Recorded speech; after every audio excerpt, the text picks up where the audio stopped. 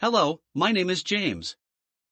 Today, I am so excited to bring you this life-changing lecture by Neville Goddard 1953. Changing the Feeling of I. For the benefit of those who were not present last Sunday, just let me give you a quick summary of the thought expressed here. We claimed that the world was a manifestation of consciousness, that the individual's environment, circumstances and conditions of life were only the outpicturing of the particular state of consciousness in which that individual abides. Therefore, the individual sees whatever he is by virtue of the state of consciousness from which he views the world. Any attempt to change the outer world before he changes the inner structure of his mind is to labor in vain. Everything happens by order. Those who help or hinder us, whether they know it or not, are the servants of that law, which constantly shapes outward circumstances in harmony with our inner nature. We asked you last Sunday to distinguish between the individual identity and the state they occupy. The individual identity is the Son of God. It is that I speak of you or to you, or speak of myself, I mean really our imagination. That is permanent. It fuses with state and believes itself to be the state with which it is fused, but at every moment of time it is free to choose the state with which it will be identified. And that brings us to today's subject, changing the feeling of I, and I hope I will not get the same reaction that is recorded in the 6th chapter of the Gospel of John. For we are told that when this was given to the world they all left him, leaving just a handful behind. For when he told them there was no one to change but self, they said this is a hard teaching. It's a hard thing. Who can hear it? For he said, no man cometh unto me save I call him. And then it's recorded when he repeated it 3 times they left him, never again to walk with him. And he turned to the few who remained and asked them, would you also go? And they answered and said, to whom would we go? You have the word of eternal life. In other words, it's so much easier when I can blame another for my misfortune, but now that I am told that no man cometh unto me save I call him, that I am the sole architect of my fortunes and misfortunes, it's a difficult saying, and so it's recorded it's a hard saying. Who can hear it? Who can grasp it? And who will believe it? And so he said, and now I sanctify myself that they also be sanctified through the truth, for if this is the truth, then there is no one to change, no one to make whole, no one to purify but self.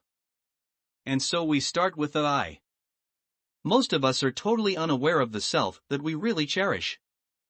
We have never taken one good look at the self, so we don't know this self, for the I has neither face, form nor figure, but it does mold itself into structure by all that it consents to, all that it believes, and few of us know really what we do believe. We have no idea of the unnumbered superstitions and prejudices that go to mold this inner, formless I into a form which is then projected as a man's environment, as the conditions of life. So here, read it carefully when you go home, no man cometh unto me save I call him. You didn't choose me, I have chosen you.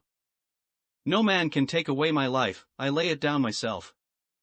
There is no power to take from me anything that is part of the inner arrangement of my mind. All that you gave me I have kept and none is lost save the son of perdition or the belief in God, and because nothing can be lost but the belief in loss, I will not now assume loss of anything you have given me that is good. Good. And so I sanctify myself that they be sanctified through the truth. And now, how do we go about changing the I? First of all, we must discover the I, and we do this by an uncritical observation of self. This will reveal a self that will shock you. You will be altogether, I wouldn't say afraid, but ashamed to admit you've ever known such a lowly creature. And had it been God himself who drew near in this despicable form, you would have denied him 1,000 times before a single cock would crow. You couldn't believe that this is the self that you've carried around and protected and excused and justified. Then you start changing this self after, by an uncritical observation, you make the discovery of that self. For the acceptance of self is the essence of the moral problem of the world. It is the epitome of a true outlook on life, for it is the sole cause of everything you observe. Your description of the world is a confession of the self that you do not know. You describe another, you describe society, you describe anything, and your description of the thing you observe reveals to one who knows this law the being you really are. So you must first accept that self. When that self is accepted, then you can start to change. It's so much easier to take the virtues of the gospel and apply them as the word of life, to love the enemy, to bless those who curse us, and to feed the hungry. But when man discovers the being to be fed, the being to be clothed, the being to be sheltered, the greatest enemy of all is that self, then he is ashamed, completely ashamed that that is the being, for it was easier to share with another something that I possess, to take an extra coat and give it to another, but when I know the truth, it's not that. I start with the self, having discovered, and start with change of that self. Now, let me tell you a story. A few years ago in this city, I was giving a series of lectures down near that lake. I can't even recall the name of the lake, but it was some Parkview Manor was the place where I spoke, and in that audience was a gentleman who sought an audience before the meeting. And we went across the street into the little park there, and he said to me that he had an insoluble problem. I said, there is no such thing as an insoluble problem. But, he said, you do not know my problem. It's not a state of health, I assure you, it is look at the skin that I wear. I said, what's wrong with it? It looks lovely to me. He said, look at the pigment of my skin. I, by the accident of birth, am now discriminated against. The opportunities for progress in this world are denied me just because of the accident of birth, that I was born a colored man. Opportunities for advancement in every field, neighborhoods that I would like to live in and raise a family, I couldn't move in, where I would like to open up a business, I couldn't move into that area. Then I told him my own personal experience, that I came to this country. Well, I didn't have that problem, but I was a foreigner in the midst of all Americans. I didn't find it difficult. Yet, as he reminded me, but that's not my problem, Neville. Others have come here speaking with an accent, but they haven't my skin, and I was born an American.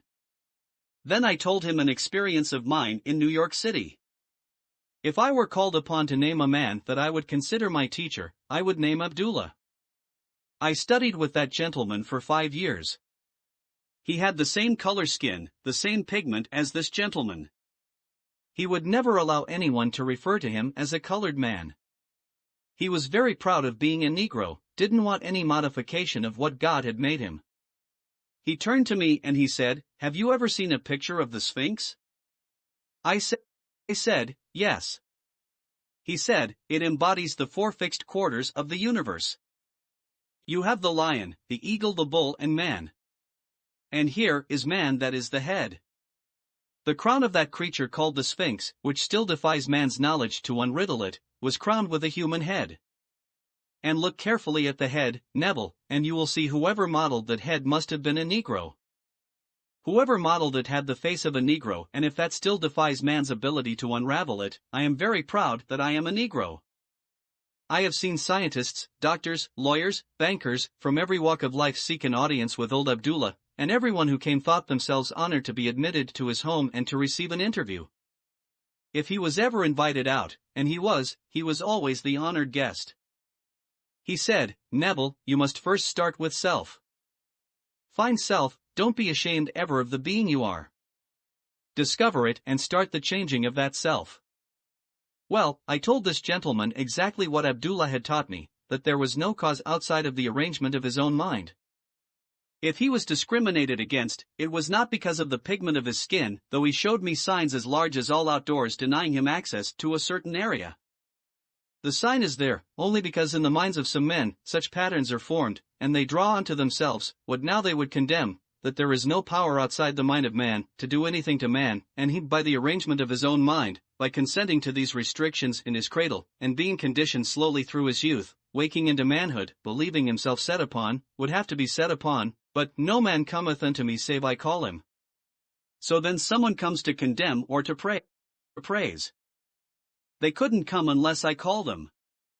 Not a man called Neville, but that secret being that is not called Neville.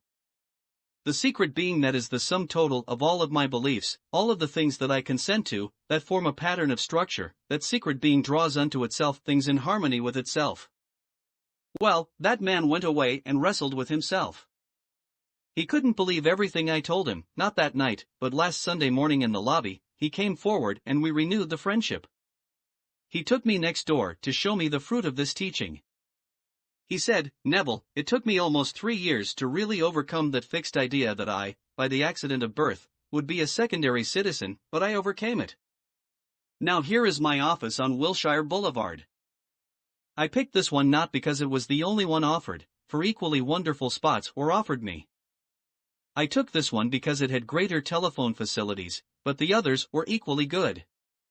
Now here is my office. Now you couldn't judge my income from this office, lovely as it is. Everything is nice about it, but, Neville, this year I will net $250,000. Well, in America that is still a fabulous sum of money. It would be staggering in any other part of the world, but even in fabulous America a man to net $250,000 is really up in the very highest of brackets. And that was the man that a few years ago told me the whole vast world was against him by reason of the accident of birth. He knows now he is what he is by virtue of the state of consciousness with which he is identified, and the choice is his to go back to the restrictions of his childhood, when he believed the story, or to continue in the freedom that he has found. So you and I can be anything in this world we desire to be if we will clearly define our aim in life and constantly occupy that aim. It must be habitual. The concept we hold of self that is noble must not be put on just for a moment and taken off when we leave this church. We feel free here, we feel that we have something in common, that's why we are here, but are we going to wear the noble concept we now hold of self when we go through the door and enter that bus, or are we going to return to the restrictions that were ours prior to coming here?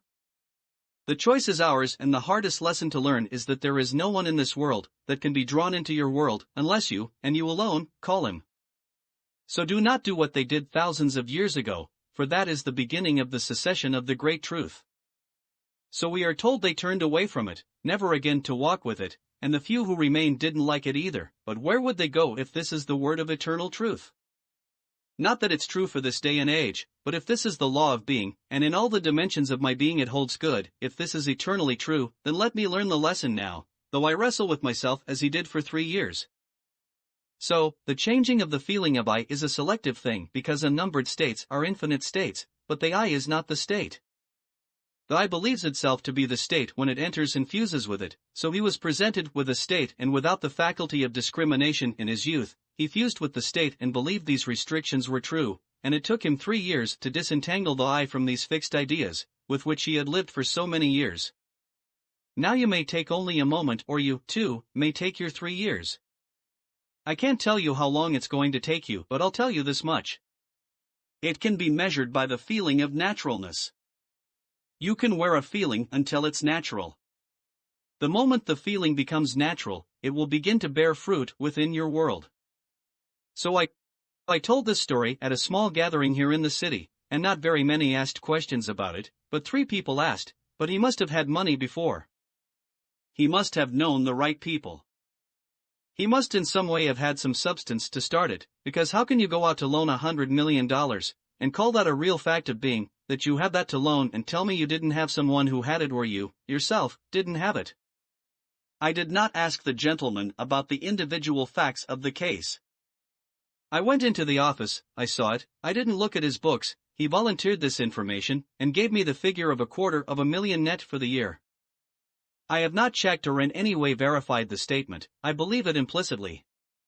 But I will not go along with those who believe that unless you have certain things to start with you can't apply this law.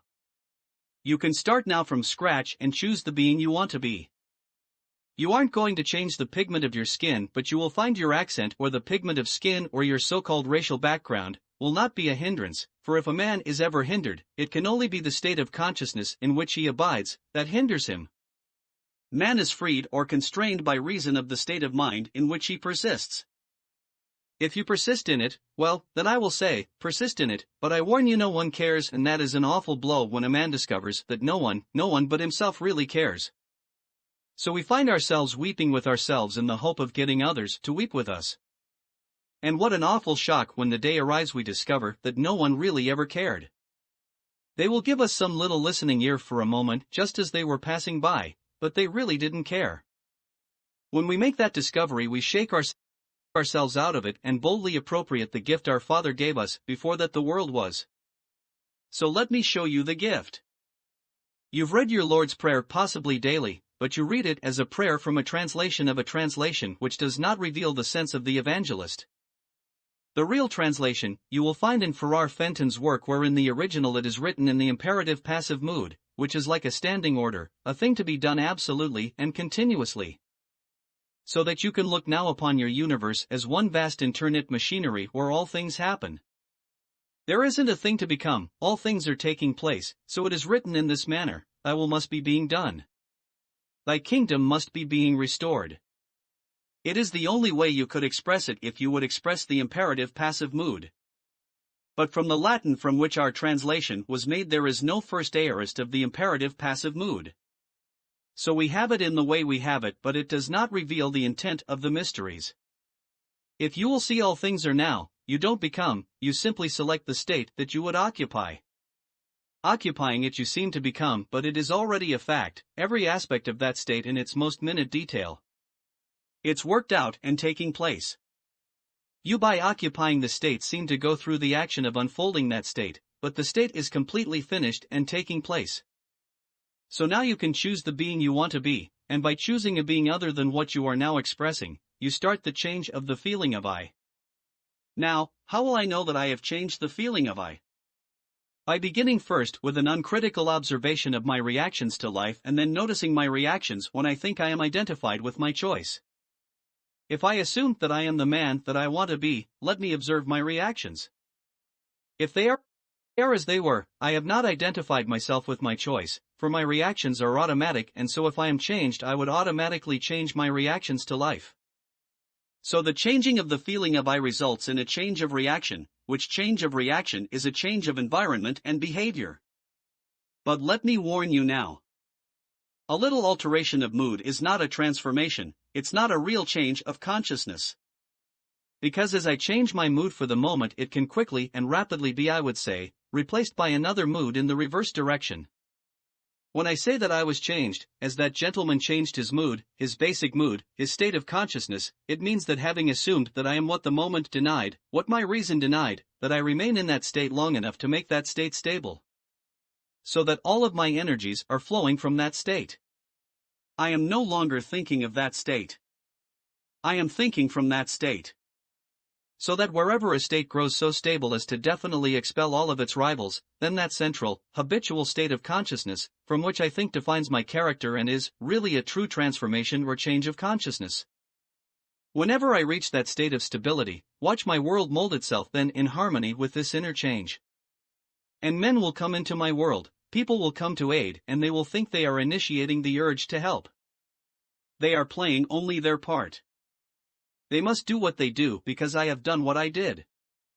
Having moved from one state into the other, I have altered my relationship relative to the world roundabout, and that changed relationship compels a change in behavior relative to my world.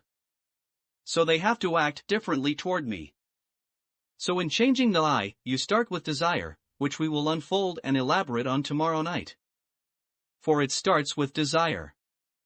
Desire is the spring of action, for you must want to be other than what you are. We fail because we do not fall in love enough with an idea. We aren't, I would say, moved enough to want to be other than what we are. If I could get you to be completely in love with some state to the point where it haunted the mind, I could almost prophesy that you would in the not distant future externalize that state within your world. And the reason we fail, we aren't hungry enough to change. For either we do not know the law or we haven't the urge or the hunger to really bring about the change. For the changing of the feeling of I results in the change of reaction, which change of reaction results in a change of world.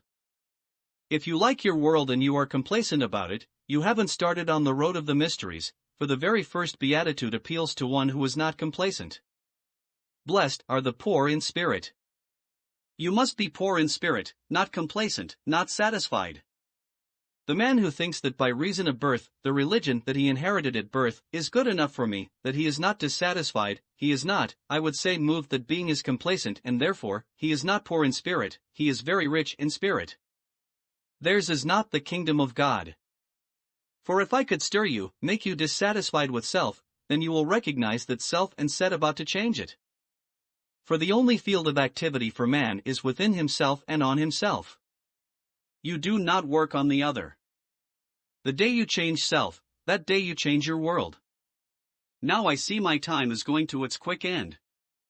And so in the remaining minute I have left here, let me not urge you, because if you come to the meeting tomorrow night not really hungry, you wouldn't benefit, but I do hope that many of you are there. Even if you were stirred to the point of trying to, I would say, disprove what I told you, I would accept that challenge for in the attempt to disprove it. I know if you were sincere in your attempt, you would prove it. So I hope many of you will come and take this feast with us. We are here in the city at the Ebel for 15 nights, Monday through Friday, as Mr. Smith told you, for 3 consecutive weeks. If you can't take all, and I do hope many of you will take all, then pick out the titles that appeal to you. Tomorrow night to me is basic. It is the importance of defining an aim in this world, having a goal, for without an aim you are aimless. And you were warned in the book, or I would say, in the epistle of James, that the double-minded man is unstable in all his ways. Let not such a man believe that he shall receive anything of the Lord, for he is like a wave that is driven and tossed by the wind. That man never reaches his goal. So you must have an aim, and tomorrow night we will show you the importance of defining desire. There are certain schools who teach you to kill out desire. We teach you to intensify desire and show you the reason for such teaching, show you what the Bible teaches about desire. And now we will come to the help that many of you have asked for today. Those who were not here on Sunday, let me remind you, it is a very simple technique.